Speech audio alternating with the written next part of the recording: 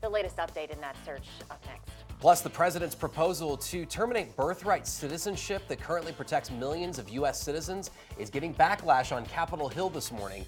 What lawmakers on both sides of the aisle are saying about it. And to start your morning, let's give you a peek outside so you know what to expect. You can see the roads are wet, potentially some black ice on the roads this morning, so be careful.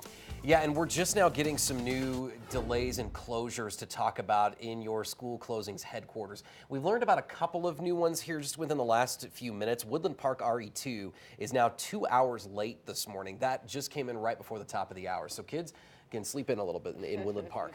And Lewis Palmer D38 is on a 2-hour delay. We learned about that in the last half hour. Monument Academy Charter Schools also on a delay with no morning kindergarten or preschool. D49 Falcon on a 2-hour delay. There are some others. You can find those at our website, KKTV.com. They should be scrolling on your page as well, but on our website, you can't miss the link. It's on the front page.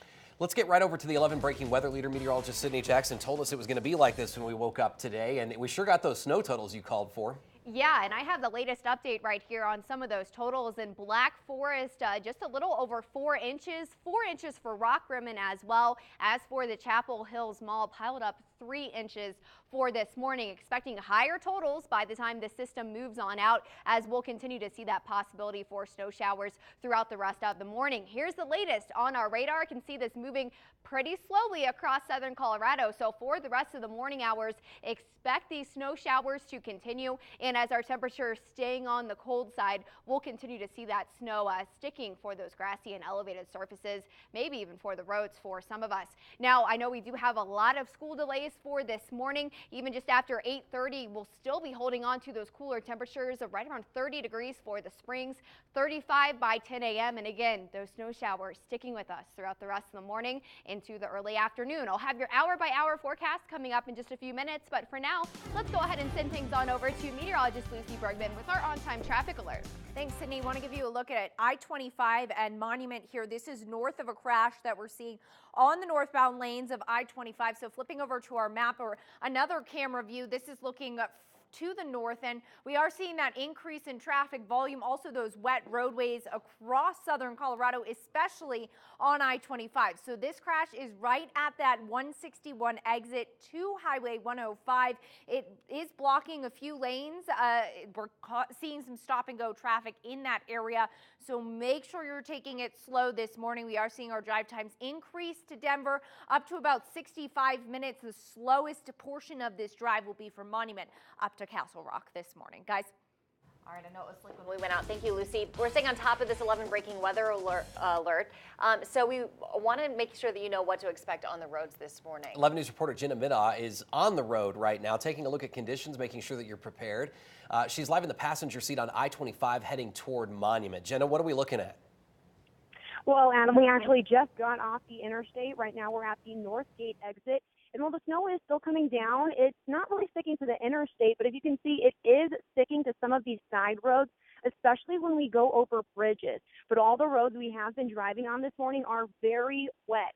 And while we were going through the construction zone on I-25, there was some standing water there. So if you're going to be going through that area this morning, make sure you take it slow and drive real careful. Now, this snow is looking pretty wet and heavy. You probably won't need the ice scraper, but give yourself a few extra minutes to brush the snow off your car this morning. We have seen a few plows out on the interstate and side roads clearing off what little snow is on the pavement. And a big thing to be aware of this morning is make sure you know where you're going. Snow is sticking to some of the street signs, making it hard to see what they say. So just give yourself plenty of extra time to get where you're going this morning. For now, reporting live in Colorado Springs, Jenna Middaugh, KKTV 11 News.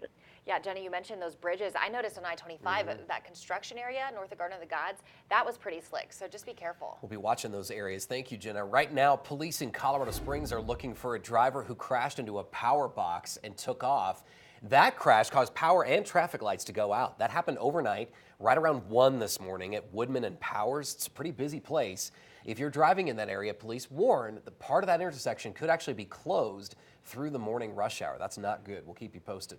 There is likely snowpack on Highway 24 this morning, but it is open to traffic again between Woodland Park and Divide after a CDOT plow rolled over. Take a look at this. CDOT says the driver lost control on the snowy road. Mandy Campbell shared this video on Facebook. That doesn't look like it turned out well. She tells us her son took the video while they were driving home from basketball practice late last night. Now here's another look at that plow on its side. It's a picture. This was part of this closed part of eastbound 24 while they cleaned up the sand. There's a lot of sand in the back of that truck.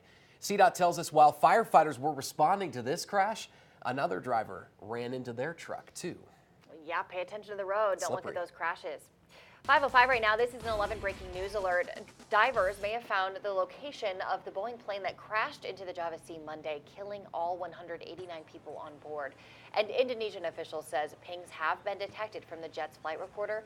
Divers have been pulling out bodies and wreckage, but still need to find the fuselage, which could give answers about what happened. This is also in, just from overnight, the tech director of Lion Air, who approved that flight, has been removed of duty. People who live in the community where a gunman opened fire inside a Jewish synagogue, killing 11 people, are now preparing to remember more of the victims today. Joyce Feinberg, Melvin Wax, and Irving Younger will all be laid to rest. Yesterday, 4 other members of the Pittsburgh synagogue were remembered too, including Dr. Jerry Rabinowitz. Every wonderful word that's been spoken about Dr. Rabinowitz is absolutely true. Shortly after the funerals, President Trump and the First Lady placed visitation stones and flowers from the White House grounds on each Star of David outside the Tree of Life synagogue. Not far away, hundreds lined the streets to protest the president's visit. It's coming up on 6 minutes past the hour, and a man who gang raped a 13-year-old is now waiting to find out if he's going to be granted probation again. Clarence Williams had it revoked after prosecutors said he wasn't following the rules. A judge is expected to make a decision on Friday. Williams took a plea to avoid jail time. He was wanted for violating probation in September. He turned himself in a few days later. Now he's in jail, and the victim's mom is furious. Yesterday, Williams' mother, though, defended him. The little girl and her parents, they keep flashing on the news talking about it, trying to keep him in jail. You know, but I feel like this, they did their time already. He needs to go straight to prison because he's been totally non-compliant in the whole program. Several other men took plea deals in this same case and also got probation. 2 crooks who police say stole from several women in Colorado Springs are still out there this morning. They're pictured on your screen. These guys, police say they may be part of a theft ring. According to investigators, those thefts happened on the same day in mid-September. 2 of the victims are in their 70s, and they reportedly hit a burger restaurant in the Briargate area, the Whole Foods on North Academy, and the TJ Maxx on Powers. The detective working the case tells 11 News the men pickpocketed women's purses. Michelle DeConnick's 71-year-old mom, Kathy, was in TJ Maxx when the 2 crooks took advantage of her helpfulness. We were brought up to be respectful, to be thoughtful, to be kind, to be polite, and they're preying on that. Police say the crooks racked up more than $20,000 worth of charges with stolen credit cards from the 3 victims.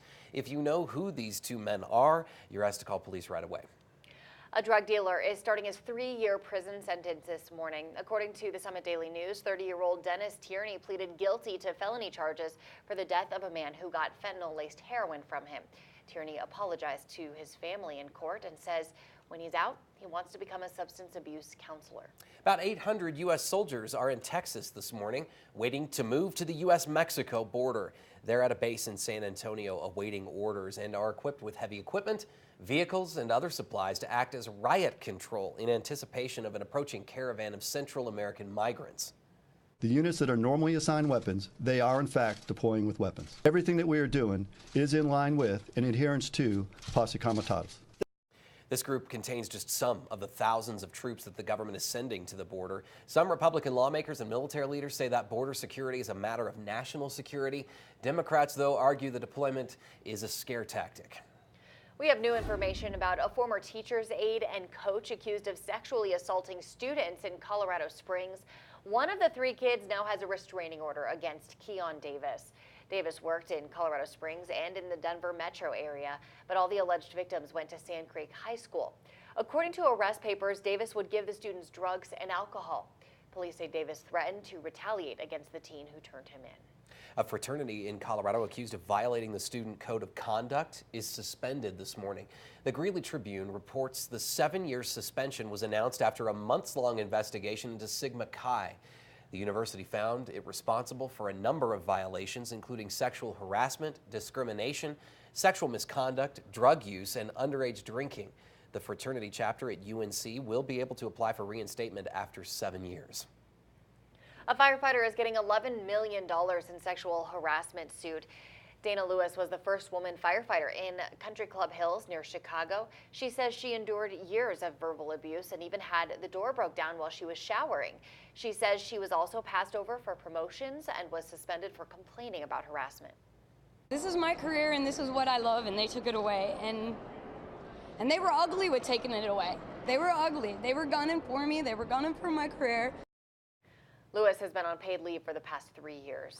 A brand new video game just released a few days ago could now hold a record for the biggest opening weekend in entertainment history. That's according to the game's manufacturer, which says Red Dead Redemption 2 brought in $725 million in sales worldwide in its first 3 days. That video game beat out the recent Avengers and Star Wars movies. Grand Theft Auto 5 still holds the record for the best 3-day opening at $1 billion, but that one happened in the middle of the week, so they don't classify it as a weekend opening. Good movie day. It's cold outside. There you go. Hey, if your sinuses have been bothering you lately like mine, maybe you've had some extra trouble with asthma, it may not be your imagination. Coming up on 11 News this morning, air quality on the Front Range has reportedly gotten worse, falling far short of standards. What the EPA is expected to do about it next. We're making sure that you're on top of your commute this morning. It may be wet in some areas, other areas are snowpacked. This is a look at our live drive right now on the roads in northern Colorado Springs. We'll get you updated on what you need to know in your neighborhood next in weather and traffic. You're watching KKTV 11 News with Rebecca Hager, Adam Atchison, meteorologist Sydney Jackson, and meteorologist Jordan Sherman. This is KKTV 11 News this morning.